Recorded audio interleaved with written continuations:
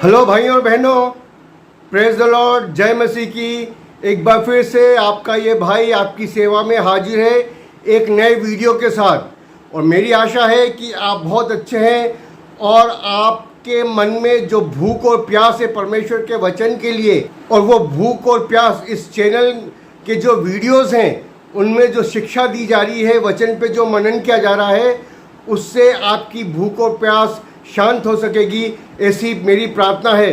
और आपको परमेश्वर की ओर से बहुत ज़्यादा आशीषें आने वाले दिनों में मिलने वाली हैं, क्योंकि आप सही रूप से, सटीक रूप से परमेश्वर के वचन को समझ सकेंगे और अपने मसीही जीवन में, अपनी मसीही गवाही में आगे बढ़ सकेंगे।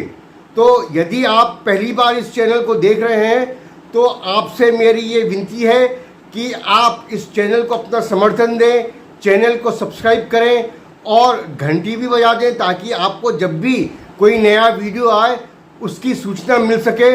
और वीडियो अगर आपको अच्छा लगे तो ज़रूर से एक लाइक दें, थम्स अप दें और अपने सारे दोस्तों के साथ सारे ग्रुप्स में शेयर करना ना भूलें। तो आइए हम आज के विषय पे आ जाते हैं। तो आज के विषय के बारे में आपको थोड़ा तो आइडिया हो ही गया है थंबनेल के द्वारा से, लेकिन आज हम शुरू करेंगे यूहन्ना रचित सुसमाचार उसके 10वें अध्याय की 22वीं आयत से। और यदि हम इस 22वीं आयत को पढ़ें तो हम पाएंगे कि ये ठंड का समय था, प्रभु यीशु मसीह यरूशलेम में थे, और ये कहा गया है हिंदी बाइबल में कि ये स्थापन पर्व का समय था। अब आप पढ़ते हैं बाइबल, कई बार आप यूहन्ना रचित सुसमाचार भी पढ़ते हैं और 10वां अध्याय पढ़ते हैं, लेकिन कभी आपने रुक के ये सोचा है कि ये स्थापन पर्व क्या है, द फीस्ट ऑफ डेडिकेशन, जैसा अंग्रेजी बाइबल में लिखा हुआ है। हम क्या करते हैं, यूहन्ना रचित सुसमाचार पढ़ते हैं, 10वें अध्याय में आते हैं, पढ़ते जाते हैं और पढ़ते पढ़ते 11वें अध्याय में पहुंच जाते हैं। लेकिन दोस्तों, ऐसा नहीं करना चाहिए। यदि कोई बात नई है जो हमें समझ में नहीं आ रही है तो हमें वहाँ रुकना चाहिए और प्रश्न पूछना चाहिए कि आखिर इस आयत का तात्पर्य क्या है, इसका अर्थ क्या है। और यहाँ पर लिखा है कि प्रभु यीशु मसीह जब यरूशलेम में थे और ये सर्दियों का मौसम था, ठंड का मौसम था, और ये समय था स्थापन पर्व का।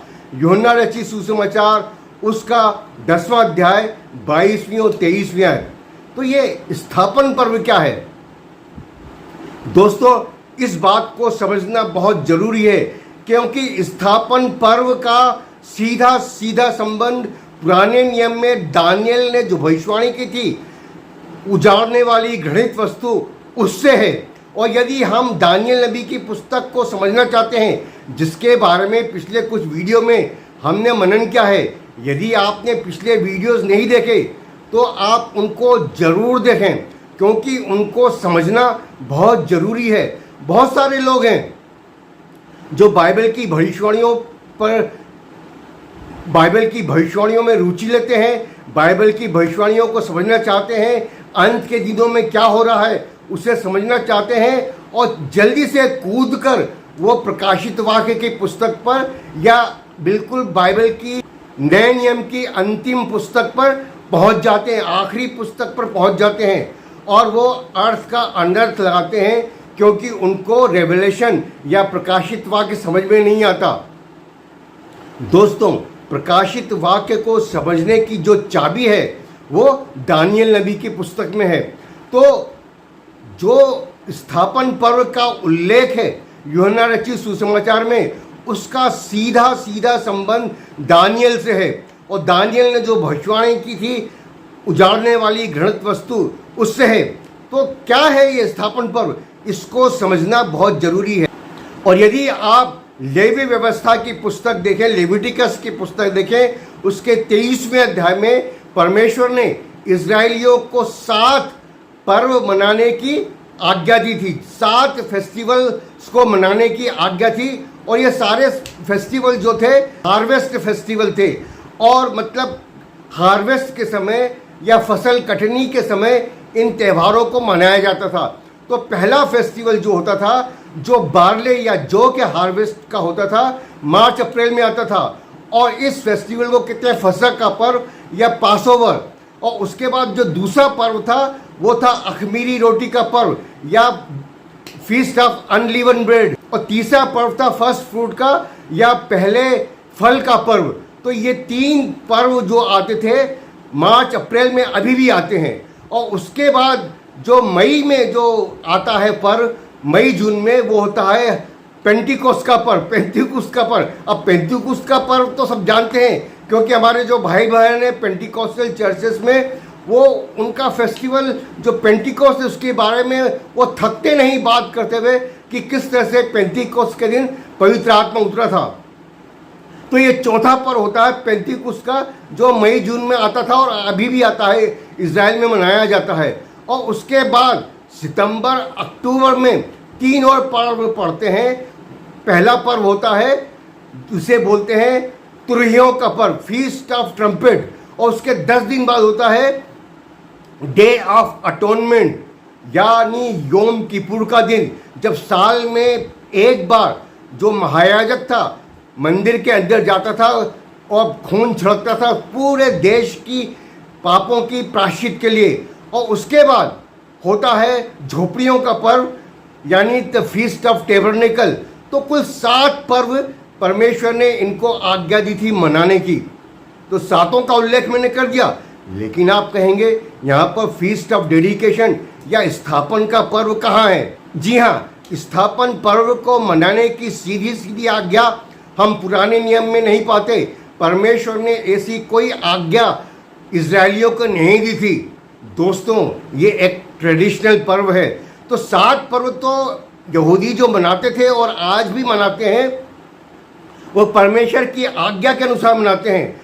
लेकिन क्या आपको मालूम है कि 2 पर्व ऐसे भी हैं जो ट्रेडिशनल पर्व हैं, जो यहूदियों के इतिहास में शुरू हो गए और वो मनाते रहे और आज भी मनाते हैं। और इसी तरह से ये स्थापन पर्व भी है, ये एक ट्रेडिशनल पर्व है, यहूदियों के इतिहास से निकल कर आया है। तो 2 पर्व हैं। तो 7 पर्व तो जो परमेश्वर ने आज्ञा दी थी वो है, और 2 है ट्रेडिशनल पर्व। एक है पुरीम का पर्व। और यदि पुरीम के बारे में हम अध्ययन करें तो एस्थर की पुस्तक में हम पाएंगे कि जब एस्थर जब पर्शिया में थी, फारस में थी, तो हामान नाम का एक दुष्ट व्यक्ति था। उसने ये ठान लिया कि वो सारे यहूदियों का कत्लेआम कर देगा। उस समय परमेश्वर ने उनको बचाया। एस्थर की पुस्तक का आप पढ़ें तो एस्थर रानी ने और सारे यहूदियों ने ये डिसाइड किया खुशी से कि हम एक खुशी का पर्व मनाएंगे, क्योंकि परमेश्वर ने हमें कत्लेआम से बचा लिया। और उन्होंने पुरीम का पर्व मनाना शुरू किया और आज भी वो पर्व मनाया जाता है। और उसके बाद क्या हुआ, इंटर टेस्टामेंट पीरियड में, अर्थात मलाकी की पुस्तक से लेकर मत्ती की पुस्तक में के समय में 400 साल का फर्क है। इस 400 साल के फर्क में बहुत सारी बातें हुई जो कि रिकॉर्ड नहीं है हमारी बाइबल में, हाँ दूसरे सेकुलर हिस्ट्री में है। और इन बातों के बारे में दानियल ने भविष्यवाणी की थी। उसने कहा था कि आने वाले दिनों में 4 साम्राज्य इस पृथ्वी पर उठेंगे। बेबीलोन होगा, उसके बाद फारस का साम्राज्य होगा, ग्रीक साम्राज्य होगा या यूनानी साम्राज्य होगा, और रोमन एम्पायर आएगी। इन सब के बारे में हमने पिछले वीडियोस में बातें की हैं। आप पिछले 2-3 वीडियो जरूर देखें। तो डैनियल ने जो जो भविष्यवाणियाँ की थी, ठीक वैसी ही घटनाएं दुनिया के इतिहास में हुई।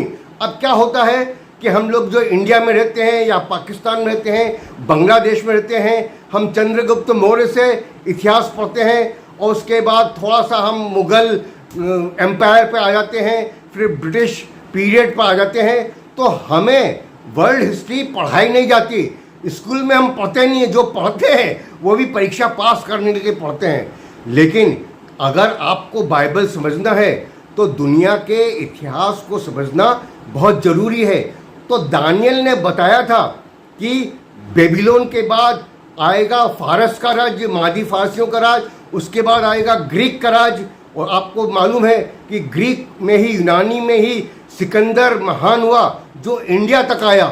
और जब वो इंडिया आया तो दोस्तों यरूशलेम के ही रास्ते से आया, क्योंकि यरूशलेम तो दुनिया का केंद्र बिंदु है। सारे रास्ते यरूशलेम से आते हैं, चाहे आप अफ्रीका से यूरोप जाएं, यूरोप से एशिया आएँ, एशिया से अफ्रीका जाएं, एशिया से आप यूरोप जाएं, तो आपको इज़राइल जाना ही पड़ेगा।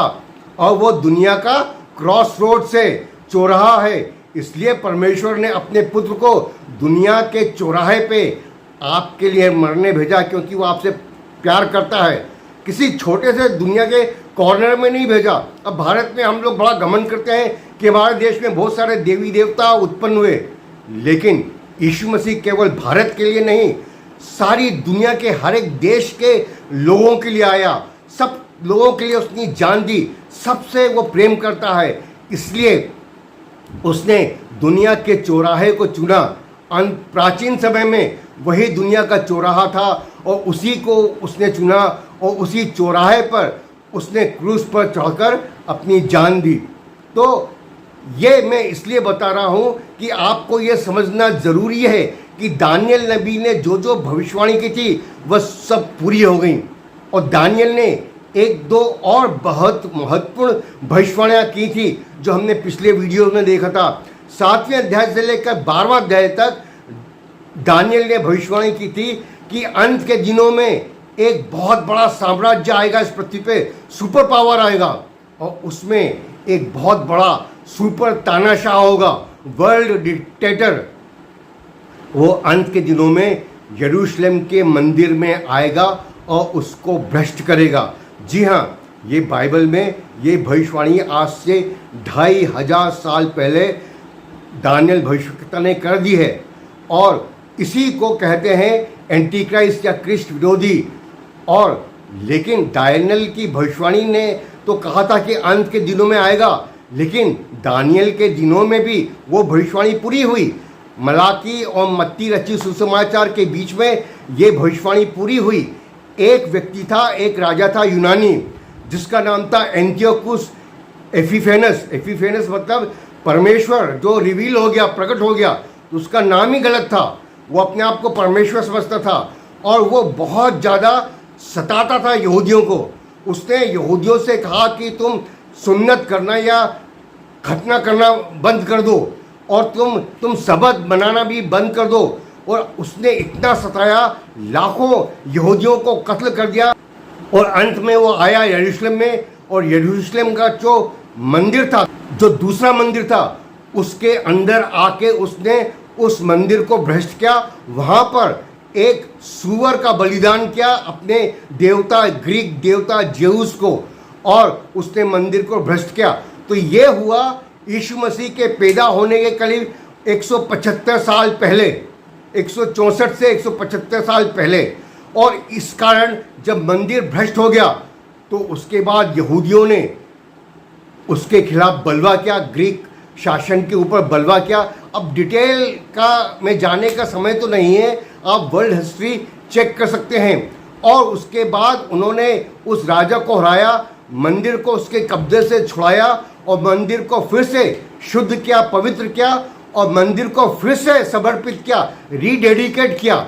और उसी की याद में इजरायली लोग फीस्ट ऑफ डेडिकेशन या स्थापन पर्व मनाना उन्होंने शुरू किया। तो ये यीशु मसीह के पैदा होने के करीब 160-75 साल पहले ये त्यौहार मनाना शुरू हुआ। तो हम देखते हैं कि जब यीशु मसीह इस पृथ्वी पर आए तो वो स्थापन पर्व के समय उस मंदिर में थे और वहाँ गए। तो दोस्तों, कहने का मतलब ये है कि यहूदियों के 7 त्यौहार तो ऐसे थे जिनकी आज्ञा परमेश्वर ने उनको दी थी कि ये त्यौहार आप मनाओ, लेकिन 2 त्यौहार ऐसे थे जो ट्रेडिशनल थे, जिनकी आज्ञा परमेश्वर ने उनको नहीं दी थी कि ऐसे त्यौहार मनाओ, लेकिन उनकी हिस्ट्री से वो त्यौहार चलने लगे। और आज भी 2026 में भी इज़राइल में ये दोनों त्यौहार, पुरीम का और फीस्ट ऑफ डेडिकेशन का मनाया जाता है। फीस्ट ऑफ डेडिकेशन को ये लोग आजकल हनुक्का बोलते हैं। और जैसा बाइबल में बताया ठंड का समय था, जी हाँ, ये हनुक्का का त्यौहार या स्थापन पर्व जो है ये नवंबर दिसंबर में ही आता है, ठंड के दिनों में आता है। तो एक और बात नोट करने की ये है कि प्रभु यीशु मसीह भी स्थापन पर्व के समय या हनुक्का के समय या फीस्ट ऑफ डेडिकेशन के समय यरूशलेम में थे, मंदिर में थे। लेकिन कभी भी प्रभु यीशु मसीह ने यहूदियों पर ये इल्ज़ाम नहीं लगाया, उनसे प्रश्न नहीं किया कि तुम ये ट्रेडिशनल त्यौहार क्यों मनाते हो। ना ही पौलुस और दूसरे अपोस्टल्स ने, प्रेरित ने इस बात को उठाया और यहूदियों को कंडेम किया, उनको नीचा दिखाया कि अरे तुम परमेश्वर के दिए हुए त्योहारों के अलावा भी दूसरे त्यौहार क्यों मनाते हो। दोस्तों, आज हम मसीही लोग भी कुछ ट्रेडिशनल त्यौहार मनाते हैं। क्रिसमस और ईस्टर, इनको मनाने की आज्ञा परमेश्वर ने अपने वचन में नहीं दी है। तो ये त्यौहार हम क्यों मनाते हैं? ये त्यौहार इसलिए मनाते हैं कि चर्च कमेटी ने बैठकर डिसाइड कर दिया कि हम ये त्यौहार मनाएंगे। प्रभु यीशु मसीह के आने की, पैदाइश की खुशी हम मनाएंगे और प्रभु यीशु मसीह के क्रूस पर चढ़ने की और जिंदा हो जाने का त्यौहार हम मनाएंगे। गुड फ्राइडे और ईस्टर के बारे में, गुड फ्राइडे और ईस्टर के नाम से। अब बहुत सारे लोग इन बातों के कारण, जो लोग इन त्योहारों को मनाते हैं, उनको निजी दृष्टि से देखते हैं और खुद को बड़ा स्पिरिचुअल समझते हैं। लेकिन ये आत्मा प्रभु यीशु मसीह और प्रेरितों की नहीं थी। उन्होंने कभी भी जो यहूदी थे उनको ऐसा नहीं कहा कि अरे तुम तो बड़े ही तुच्छ लोग हो, तुम ट्रेडिशनल त्यौहार मनाते हो। तो प्रभु यीशु मसीह ने स्थापन पर्व के समय वो त्यौहार मनाया। लेकिन एक बात और जिसका ध्यान मैं आपकी ओर आकर्षित करना चाहता हूँ, आज के दिनों में जो लोग क्रिसमस और ईस्टर नहीं मनाते, जो क्रिसमस और ईस्टर के खिलाफ बोलते हैं, ये वही लोग हैं जो रैप्चर पर भी विश्वास नहीं करते। जी हाँ, जितने मसीही कल्ट्स हैं आज के समय में दुनिया में, वे सारे कल्ट्स जो हैं वो ना तो क्रिसमस सेलिब्रेट करते हैं ना ईस्टर सेलिब्रेट करते हैं। और यही वो लोग हैं जो रैप्चर पर भी विश्वास नहीं करते हैं। तो इनका आपस में कुछ संबंध है क्या? मुझे नहीं पता। आप खुद सोचिए और समझ लिए कि जो लोग क्रिसमस और ईस्टर नहीं मनाते, तुच्छ उनको समझते हैं, अपने आप को बड़ा समझते हैं, यही वो लोग हैं जो रैप्चर पर विश्वास नहीं करते। तो इसके बारे में आप जरूर कुछ विचार कीजिए। तो कहने का मतलब पॉइंट ये है कि प्रभु यीशु मसीह ने कभी भी स्थापन पर्व को मनाने से यहूदियों को नहीं रोका। तो बात यहाँ पर आती है कि स्थापन पर्व इसलिए मनाया जाता है कि दानियल के दिनों में कुछ साल बाद यरूशलेम के मंदिर में एक राजा आया यूनानी, और उसने मंदिर को भ्रष्ट किया और मंदिर में एक सूअर का बलिदान किया।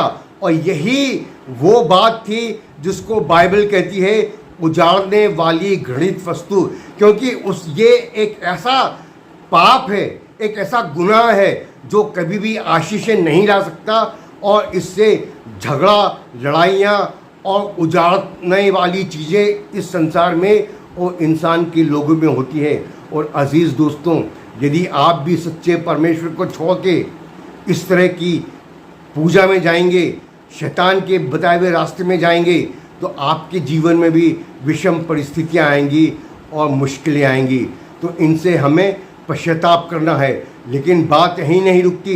दानियल ने तो यह भी भविष्यवाणी की है कि अंत के दिनों में ये बात फिर से रिपीट होगी।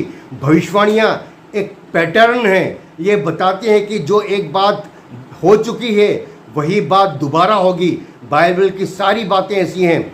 और दानियल नबी ये बताता है, और प्रभु यीशु मसीह मत्ती रचित सुसमाचार उसके 24वें अध्याय की 15वीं आयत में इस बात को बताते हैं कि ऐसा दोबारा आने वाले दिनों में होने वाला है। और पौलुस भी लिखता है दूसरा थिस्सलुनीयंस उसके दूसरे अध्याय में कि एक दिन एक व्यक्ति आएगा, एक राजा आएगा यरूशलेम के मंदिर में और अपने आप को वहाँ परमेश्वर घोषित करेगा। तो दोस्तों, वो 7 साल का क्लेश और महाक्लेश का समय आने वाला है। एक राजा उठ खड़ा होगा, एक सुपर पावर, जो कि एक संधि बांधेगा इजराइल से और आसपास के देशों से, और 7 साल की ये संधि होगी, लेकिन वो संधि को 3.5 साल बाद तोड़ देगा और यरूशलेम के मंदिर में आएगा और उस मंदिर को भ्रष्ट करेगा और शायद एक बार फिर से वो वहाँ पर कुछ बलिदान चढ़ाए और अपने आप को परमेश्वर घोषित कर दे, जैसा 2 थिस्सलुनीयन उसके 2 अध्याय में कहा गया है। और इसके ठीक 3.5 साल बाद प्रभु यीशु मसीह सफ़ेद घोड़े पर आएगा, एंटी क्राइस्ट को हराएगा और सारी दुनिया पर 1000 साल के लिए राज करेगा और उसकी राजधानी यरूशलेम होगी। ये सारी बातें बाइबल में लिख दी गई हैं 2000 साल से और 2500 साल से, और बाइबल की भविष्यवाणियों को कोई रोक नहीं सकता पूरा होने से। आज हम देखते हैं कि यरूशलेम में जहाँ टेम्पल माउंट है, जहाँ पहला और दूसरा यहूदी मंदिर था, वहाँ डोम ऑफ द रॉक और अल-अक्सा मस्जिद है तो ज़रूर, लेकिन बाइबल बताती है कि यीशु मसीह के आने के पहले, उसके 7 साल पहले वहाँ पर एक यहूदी मंदिर होगा। अगर लिखा है तो बनेगा, कैसे भी बनेगा पर ज़रूर बनेगा। ये परमेश्वर का दिया हुआ वचन है, ज़रूर पूरा होगा। कोई इंसानी ताकत इसको पूरा होने से रोक नहीं सकती। लेकिन क्या आप तैयार हैं? क्या 7 साल का क्लेश और महाक्लेश का समय आज शुरू होता है, तो क्या आप तैयार हैं एंटी क्राइस्ट को फेस करने के लिए, उसका सामना करने के लिए? बेहतर तो ये होगा कि यदि आपने अपना जीवन अभी तक प्रभु यीशु मसीह को नहीं दिया है तो आज ही आप अपने घुटनों पर गिर जाएं और प्रभु यीशु मसीह से दया की भीख मांगें। हो सकता है अभी तक आपने प्रभु यीशु मसीह के नाम का तिरस्कार किया हो, उसको सताया हो, उसके संतों को सताया हो, लेकिन मेरे दोस्त अब समय आ गया है कि आज आप अपने घुटनों पर आकर, अपने घुटनों पर गिरकर प्रभु यीशु मसीह से दया की भीख मांगें। और जब तक मांगते रहें, जब तक आपके हृदय में ये एश्योरेंस, ये इत्मीनान ना हो जाए कि उसने आपको माफ़ किया। यदि आप उससे माफ़ी मांगेंगे तो निश्चित ही वो आपको माफ़ करेगा, आपके सारे गुनाहों से शुद्ध कर देगा। उसने कलवरी के क्रूस पर अपना खून बहाया आपके पापों को धोने के लिए। वो आपको अपनी संतान बनाएगा, आपको अपना बेटा और बेटी बनाएगा, और ना केवल आप पापों से आज़ाद होकर स्वतंत्र हो जाएंगे, आपके पास एक नया जीवन होगा, लेकिन एक आशा होगी कि जब प्रभु यीशु मसीह आएंगे, अपनी कलीसिया उठाएंगे, तो आप भी सारे विश्वासियों के साथ उठा लिए जाएंगे। तो अंत के दिनों में ये फ़ायदा है, ना केवल आपका उद्धार हो जाएगा, अब बचाए जाएंगे, लेकिन बहुत जल्द आप स्वर्ग भी चले जाएंगे, कलीसिया के साथ उठा लिए जाएंगे। ऐसी धन्य आशा है, ऐसा सुसमाचार, बहुमूल्य सुसमाचार मैं आपको दे रहा हूँ। आज ही आप प्रभु यीशु मसीह को अपना जीवन सौंप दें।